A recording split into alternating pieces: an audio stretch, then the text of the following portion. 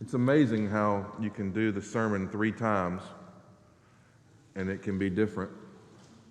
So for those of you who sat through 8:45 and those of you who sat through 9, here's a story you haven't heard yet. Bless your hearts if you're listening to it more than once. So Tristan and I, today's his 23rd birthday, which is hard to imagine. Raising him it seems like 5 minutes underwater. That's what you get for not coming to church on your birthday, Tristan. We had a great day yesterday. Friends of ours from the church gave us tickets for Georgia, Arkansas, so we drove over for the game. We went a long way because we wanted to go through Covington because of a breakfast place there. We love the chicken biscuit there, so we go a little out of our way to get a chicken biscuit. And as we're riding, as we're driving, we're telling stories, we're talking, we're laughing and remembering and reminiscing, especially with it being his birthday weekend. And we're laughing and talking, and then at one point he said, "Dad, do you remember?" And it was right after his mom and I were divorced, and he was very young. He said, "Do you remember that?" And it was a pretty rough set of circumstances. And I said, "Yeah, Tristan, I remember it." And we began to talk more, and he said, "Remember this?" And it was funny, and we laughed. And then he said, "Dad," he said, "some of that was pretty horrible. How did you hold us together? How did you do it?" And I said, "Well, son, I love you. I love your brother. You aren't heavy. You're not heavy. I did it because it was joy. I love you." As we go through this, as we walk through this text, that love sits at the center of everything that we do. I know there are preachers shouting fight. And I know there are sections and segments of our community and our world that are saying fight. Jesus never once said fight. As a matter of fact, when he was faced with violence, he took the sword away and said, "No, that's not it." We got to, and this is the part I didn't do earlier, that we got to Athens, we got downtown, we got to the stadium, and you could hear them before you could see them, Jim. You could hear them before you could see them, these street preachers. Do you know them? Do you know these folks at ball games, at games? They're shouting and screaming and hollering, and all y'all are going to hell. You know those folks? Well, one of them was just going hard and heavy. And Tristan kept watching me because afraid I was going to engage. I don't know why he would be afraid of that. But I wasn't going to. I was keeping straight. And at one time the guy hollered and shouted, "If you're going to this game, you're going to hell, because that means you're putting them in front of Jesus." Well, I was going to the game. But I wasn't going to say anything. I just kept walking forward. And I don't know if it was because of my cheery, welcoming disposition as I walked through life. But he stepped in front of me and asked me if I was comfortable going to hell. I said, the flesh is strong, but the spirit won out. And I said, "Well, brother, if Jesus were alive here today, he'd be down there where the people are, where they're gathering, where they are." And I don't mean in the middle of Georgia football. It could have been Tuscaloosa. It could have been Auburn. It could have been Knoxville. I meant anywhere. Could have been Atlanta. Jesus is going to be in the middle of people. You know why? Because he loves us. He loves us. His first miracle, water into wine at a wedding. He loves us. He adores us. Now, sometimes we got on his nerves and had to get away and go walk on water or climb a mountain, but he loves us and wanted to be with us. That love sits in the middle. That love just sits in the middle, and no matter how people shout and holler and say, "You're going to hell," that love of Jesus just keeps pouring forward and coming forward and coming forward. It just keeps coming. Paul is writing from jail. We've said that now for 5 weeks. He's writing from jail. He's been in jail 3 or 4, maybe 5 years. He doesn't know when he's going to get out. And he gets paid a visit, and this is what Acts, the text from Acts that Kelly is telling you about. He gets paid a visit from Epaphroditus, who's from Philippi, who has heard that Paul is in jail. And he's heard that Paul is going to be in jail and his life's at risk. And so the church in Philippi sends these letters and sends resources and money and sends food and just sends all these ways of communicating to Paul how loved you are. And so this text from Acts and now into Philippians is this conversation between Epaphroditus and Paul. And Paul writes this letter that we have been studying now and hands it to Epaphroditus to take back to the church in Philippi. And it's fascinating what he puts here. It's fascinating what he says here. If you look in the beginning of the text, he says, "Rejoice, I rejoice in the Lord greatly, now that I know that you have concern for me." To know that you were concerned for me, but had no opportunity to show it, I'm so thankful that Epaphroditus has come. But if you go into verse 13, it takes a little bit of a turn, what Paul says here. In verse 13, if you'll throw it up on the screen, guys, "I can do all things through him who strengthens me." Now look what he says here. After "I can do all things through him who strengthens me," in any case, "it was kind of you to share my distress." I want you to know, Paul's saying, I'm good. Through Christ, with Christ, I can do anything. I'm good, guys. Because of Christ, with Christ, through him who strengthens me, I can do anything. But in any case, anyway, it was very kind of you to share with me in my distress. It was very kind of you to be concerned for me. It was very kind of you to be worried about me. You Philippians, indeed, since the very beginning, since I left Macedonia, you have been the one who has been kind to me, who has been gracious to me. It's not that I seek the gift. It's not that I'm looking for that kindness. As a matter of fact, my cup overfloweth, Paul says. But I love the fact that you're getting the benefit, you're getting the blessing of sharing in my distress as well, and sharing in my suffering as well. I'm so thankful, I'm so grateful that you've done that. See, one of the things that Paul could have done here is he could have written a letter back and saying, "Don't send me food. Don't send me money. Don't write me letters telling me how much you love me. Write a letter to the Roman government, to Felix, to get me out of here. Don't just send Epaphroditus. You should all show up in force and come stand here and demand that I be released." He could have written that. But it wouldn't have been where his heart was. What was in his heart was, I'm good.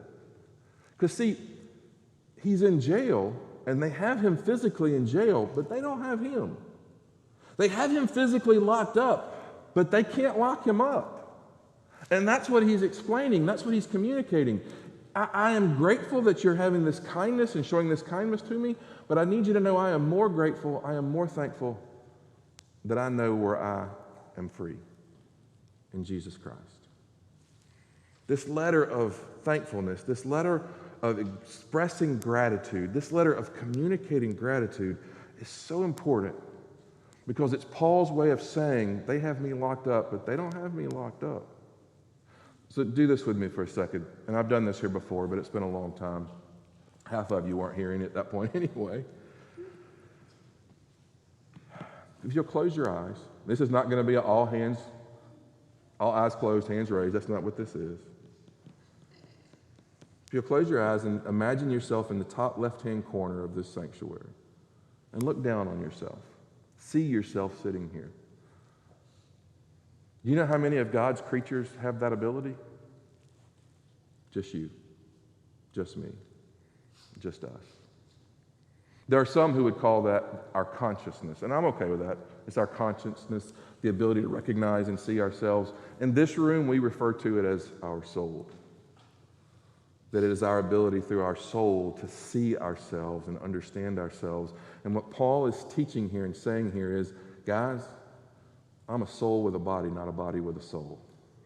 That I have the ability to be outside of myself. I have the ability to be up above and to see myself and to know that my soul is connected to the Holy Spirit. My soul is connected to God. They have me in this room, but they ain't got me in this room.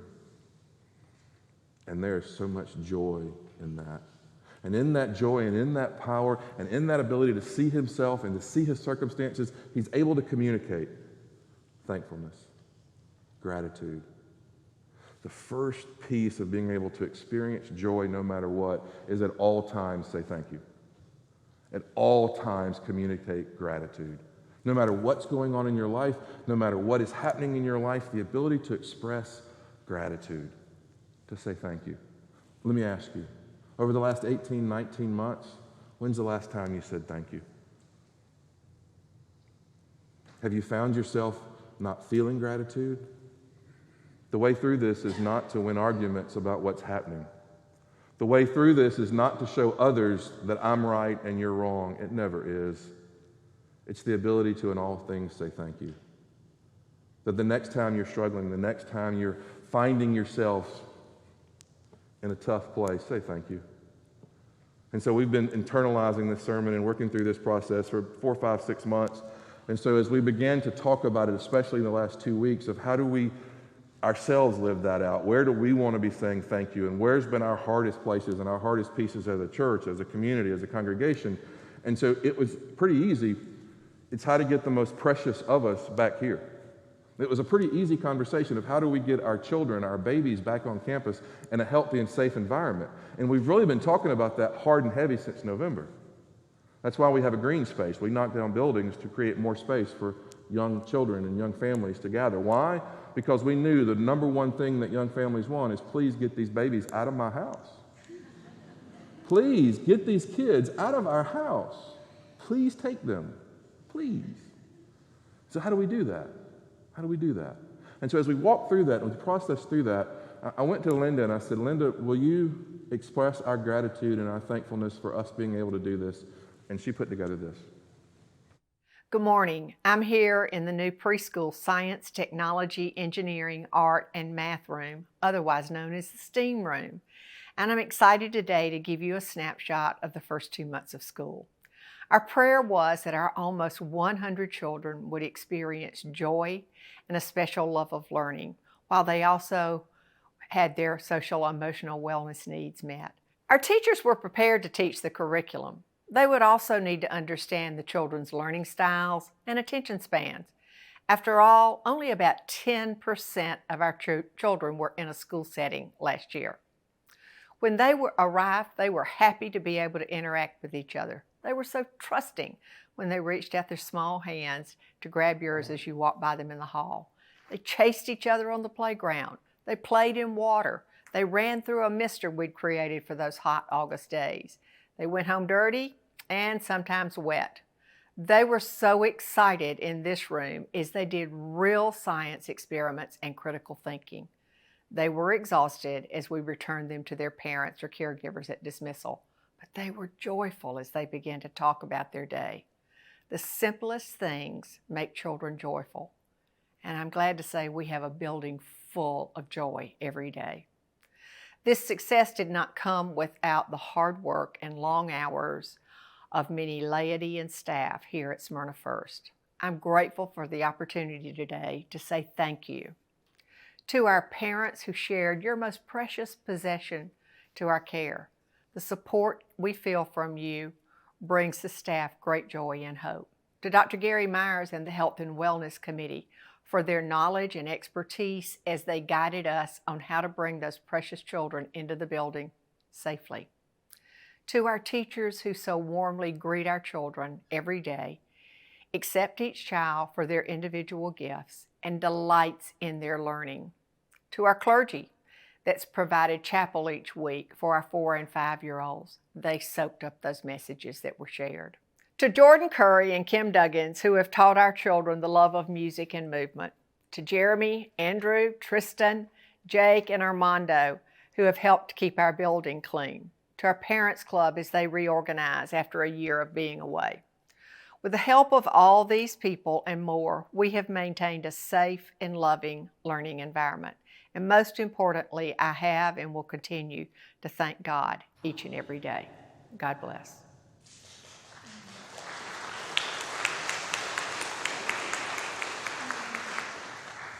That whole part about Dr. Gary Myers and the Health and Wellness Committee, they were meeting at least weekly and sometimes twice a week to discuss, and folks who were in the medical community and in hospitals and doctors' offices and dealing with what they were dealing with. And there were times that Dr. Myers, Gary, and I did not agree. We disagreed pretty vehemently. And I realized, Derek, you need to shut up right now or you're going to do damage. And sometimes I shut up. Sometimes.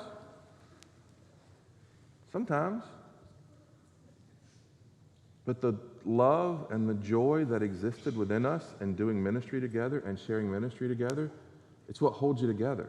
And the ability to be grateful and to be thankful and to live out of that, it holds you. And in that, you learn to view life as a gift. If you really want to experience joy in all circumstances, understand that every breath that we take is a gift. The ability to make a living, the ability to have friends and family, to have connection, it is a gift. The video that you saw for Faith in Blue, that's a part of this viewing life as a gift for us, that we want to be able to be part of community. We want to be able to be a support of our police force, our first responders, the support that we get from the mayor and the city council. Being a downtown church, we want to be part of that and living out that support and living out that hope and living out and viewing life as a gift. Have you experienced, have you thought of life as a gift? And how long has it been that it hasn't been belabored, that it hasn't been a strain and a struggle? The key is expressing gratitude and understanding that life is a gift. And the third one is rejoice in the Lord always. In 4:4 it says, rejoice in the Lord always. Again, I will say, rejoice. Rejoice. And in 4:8-10 it says, finally, beloved, whatever is true, whatever is honorable, whatever is just, whatever is pure, whatever is pleasing, whatever is commendable, if there is any excellence and if there is anything worthy of praise, think about these things. Keep on doing the things that you have learned and received and have seen in me. And the God of peace will be with you. The next time you find yourself going down the rabbit hole of frustration and anger and fear, think of the things that are beautiful and great. Think of the pieces of God's ministry and miracle and world that He's poured into you and around you. Think of the teachings of Christ. Think of Bible studies. Think of Bible stories. Think of the saints who have loved you, the Sunday school teachers who have taught you. Find a favorite hymn. But think on these things and let your focus, let your direction, let your guide be these things, Paul says from jail. Rejoice in the Lord always. It does not say rejoice when people agree with you. It does not say rejoice when you get your way. It does not say rejoice when you are happy. Rejoice always. Learn to have a life, learn to have a focus that is grounded in gratitude and life as a gift that allows you to rejoice. Part of my life now is kind of mentoring and working with young clergy and new clergy, especially now with my relationship with Candler. And I was in a setting a couple weeks ago, an official setting with students, and they began to talk, and it was prayer time, prayer concerns, and they began to share these frustrations and these struggles and these hurts. And one of them began to say, I'm just getting some of the nastiest, meanest, ugliest emails. People are speaking to me in a way I just can't imagine. And I sat and I listened and I listened and I sat and I listened to them because I wanted to be listening. I wanted to be hearing them and make sure they felt heard. And then when finally, after a couple minutes, when they began to slow down, I spoke and said, well, guys, I understand what you're going through. I know what it's like to get these emails. I know what it's like for people to be mad. And one of them looked at me and said, no, you don't. No, you don't. You don't know because you're at a large church, you're at a big church, and they would never talk to you this way.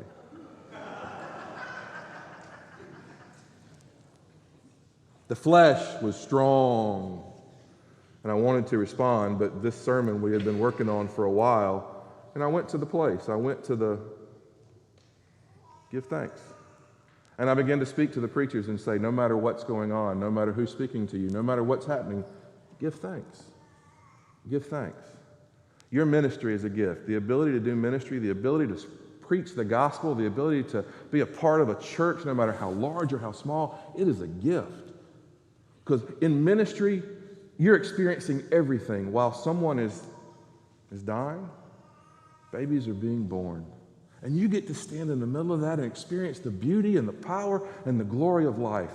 Life is a gift. Ministry is a gift. And rejoice. Rejoice. Rejoice. And then I said, we never return darkness with darkness. We never return darkness with darkness. Because the moment that we do, we are purveyors of darkness and no longer the gospel. You don't hit back. You love. You offer grace and peace. You look down on yourself from your soul and you have the gospel and the power of glory in God. As we get ready to come to the table, as we get ready to take communion, I hope and I pray that as you are receiving, you are thinking for that which you are thankful. And you are deciding and you are thinking of who you're going to express your gratitude to. I hope that you're understanding this gift of bread and wine is not just a thing, it is a celebration of life. It is the ultimate celebration of life and defeating death. And I hope and I pray that you are rejoicing in all things, in all things, in all things. Amen? Amen.